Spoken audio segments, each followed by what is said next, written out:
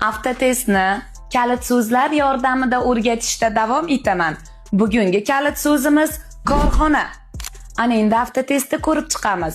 Birinchi savolimiz yondosh hudud bu. Variantlarning ichida korxona so'zi qatnashgani to'g'ri bo'ladi. F2 da, F3 da korxona so'zi qatnashmagan. Keyingi savolimiz bu belgi qaysi transport vositalariga tegishli emas? Variantlarning ichida korxona so'zi qatnashgani to'g'ri bo'ladi. F1 da, F2 da korxona so'zi qatnashmagan.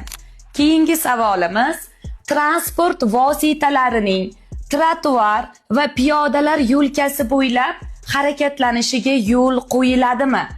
Variantlarning ichida korxona so'zi qatnashgani to'g'ri bo'ladi. F1 da, F2 da, F4 da korxona so'zi qatnashmagan. Keyingi savolimiz tashiladigan yuk vaznini va o'qlar bo'yicha tushadigan og'irlikni taqsimlashni kim tartibga solib turadi? Variantlarning ichida korxona so'zi qatnashgani to'g'ri bo'ladi. F1 da, F2 da korxona so'zi qatnashmagan. Keyingi savolimiz avtomobilda tibbiyot qutichasi qayerda saqlanishi lozim? Variantlarning ichida korxona so'zi qatnashgani to'g'ri bo'ladi. F1 da, F3 da korxona so'zi qatnashmagan. Oxirgi ikkita savolimizda korxona so'zi variantlarning ichida 2 marta keladi.